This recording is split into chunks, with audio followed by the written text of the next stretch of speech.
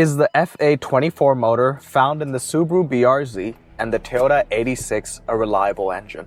Let's talk about it, guys. I'm going to run some errands and I'm going to take you through this engine, its reliability, its common issues, whether you should go ahead and buy it or if it's something to avoid. It's a complicated one. A little bit of story time. I remember in 2013 when I started seeing the first generation of Toyota 86s and Subaru BRZs. I was still in engineering school and I would be driving home from work in my Fiesta. It wasn't a Fiesta ST, it was just a Fiesta. And I remember the first time I started seeing these cars, and guys, they looked like absolute supercars. It was nothing like I'd ever seen before. And I specifically remember the fog lights, the rear fog lights, which were very F1 style. And I remember the shape, and from the rear, the cars had width.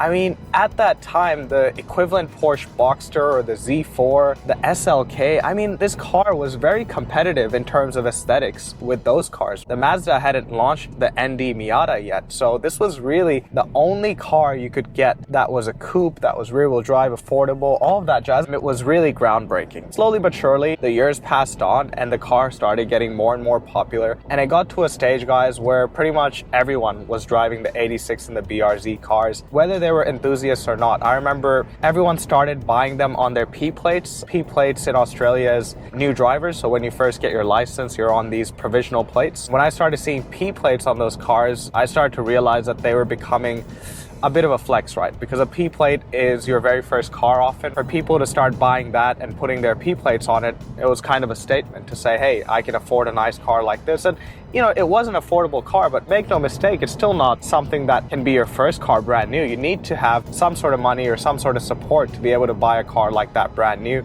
or you've got to be pretty bad with your finances. Because of that, I started to really get over the BRZ and 86 cars. Me as a car guy, I do like driving niche cars. I like driving popular cars, but I do like driving cars that are a bit rarer, a bit special. I drive the GR Yaris, and that makes me happy a little bit because it's popular enough to be known, but it's still quite niche. So when time came for me to graduate from university, get my own sports car, I test drove the 86. I found it quite gutless. Always going to be pretty upfront on my page. A lot of people, they can take offense to this sort of stuff, but I found it gutless, guys. It had no power. And I test drove the Mazda MX-5, the ND Miata. You know, they were very similar cars in terms of power, and obviously I wasn't getting any of these cars for power, right? I didn't get my GR Yaris for power. These are handling focused cars. But when I drove the ND Miata, the engine felt a lot more peppy and it had a lot more torque to it. It didn't have that famous torque dip. Back then, I didn't even know about the torque dip, but when I drove the 86, I felt like something was missing. A sports car, you get it for handling, yes, but you still want the engine to have some level of character, and the 86 I found at that stage had no character. So I went with the ND MX-5 Miata. And then we come to current years. When I sold my BMW, again, I was looking to get into a nice handling car, and I test drove the new GR86. And that's where we get into the engine of the GR86, and we get into what this whole video is about. Guys, first of all, the GR86 engine is the FA24. They use that engine in other Subaru models. Notably, they use it in the WRX, where it has a turbo.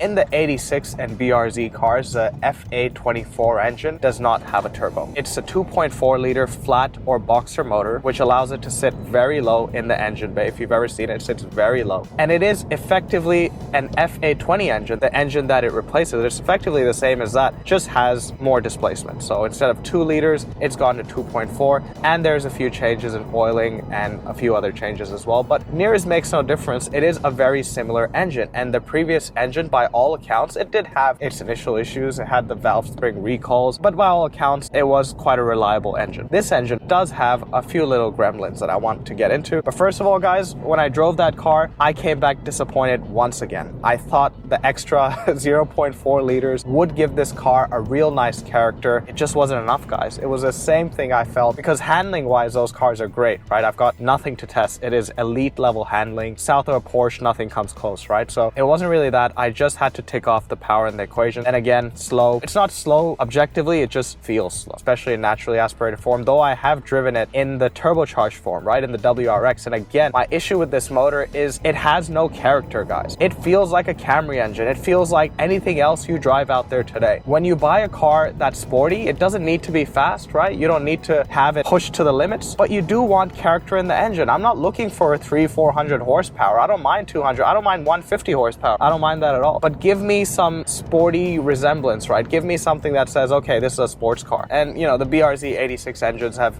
have just never done that for me, and the FA24 is the same. So that's my verdict, guys. I don't want to be too harsh, but I have to be real with my audience. This is my platform. This is how I feel about that specific engine. Let's talk about the common issues. Now, first of all, I want to say, elephant in the room, there is a lawsuit against Subaru and Toyota for the engine issues. The fact that a lawsuit exists says that this is a very real problem. So the very first issue with this is RTV sealant. Now, with the Germans, guys, they like using gaskets in their engines. With gaskets, they degrade over time. They get hard, they get brittle, and then you get leaks, right, from your oil pan or your valve cover. The Japanese manufacturers historically have liked using sealant. And sealant is good in the sense that it prevents leaks. It's quite strong. It lasts a long time. But the issue with sealants is that they're environmentally a bit more harmful, which is why the Germans have used gaskets. The Japanese, they don't follow that level of environmental scrutiny, so they just use the sealants. And sealants are good, they're fine. But Subaru, in their application, especially with the oil pan application, they applied too much sealant. And what happens is that excess sealant gets into the oil pan, right? They apply that sealant, the excess sealant gets into the oil pan,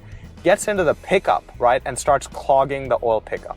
Now, many have speculated that that issue causes oil starvation and causes the engines to blow up. Now, there's been a few blown up engines, and when they popped them open, they found this RTV sealant clogging the oil pickup. How much of those blow-ups are because of the sealant issue, I don't know, but a lot of people have popped open their oil pan and they have found this clogging the pickup. To what extent, I can't fully say. It's anyone's deduction to make, whether that is a core issue or not, but the sealant does get into the oil pan, does get into the pickup. Now, to avoid that, you want to pick up really recent models. So if you're picking up a 2022 and even a 2023, you're on the edge there. So I would want to go for a newer model. Application would have been improved by then for sure.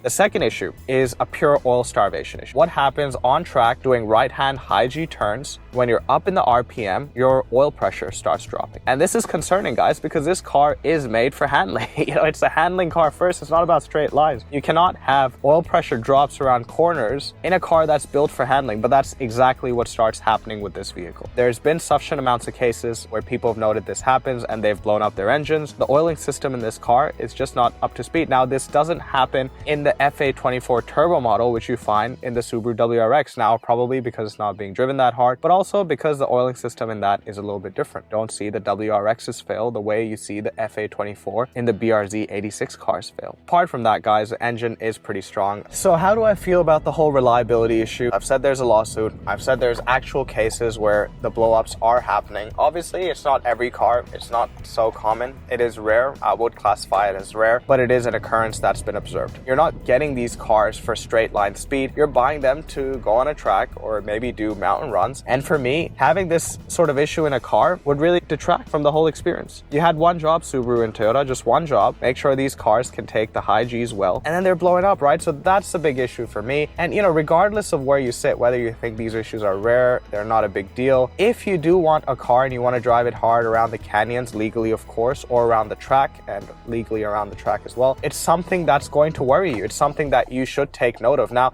if you're buying this car because you like the look here and there, you're going to go out into the hills and be pretty regular with it, then yeah, I think this is a non-issue, right? I think most people, in fact, I don't think there would be any cases of these cars blowing up for regular drivers, right? So if you're that sort of person, then go ahead and buy it. It's going to be really reliable to you, because make no mistake, Japanese engineering is great, right? You don't have the electronic gremlins. Subaru's a very reliable company today. I haven't trusted Subarus for a long time, and I still don't trust their engines, but their electronics today are really good. Their mechanicals are good, and same with Toyota. These are both very reliable Japanese companies, very little electrical issues. So apart from these two oiling related issues, I think the engines are reliable, right? And the cars are reliable. No doubt they'll serve you pretty much just as well as a Toyota Corolla or a Camry. Me personally, guys, because of my driving style, I can't see myself buying these cars until this situation is resolved, until actual changes are made to the engine where the oiling system's upgraded, maybe the pan's upgraded. Until that whole issue is resolved, I can't see myself buying this car. Thanks for watching, guys. I'll catch you next time.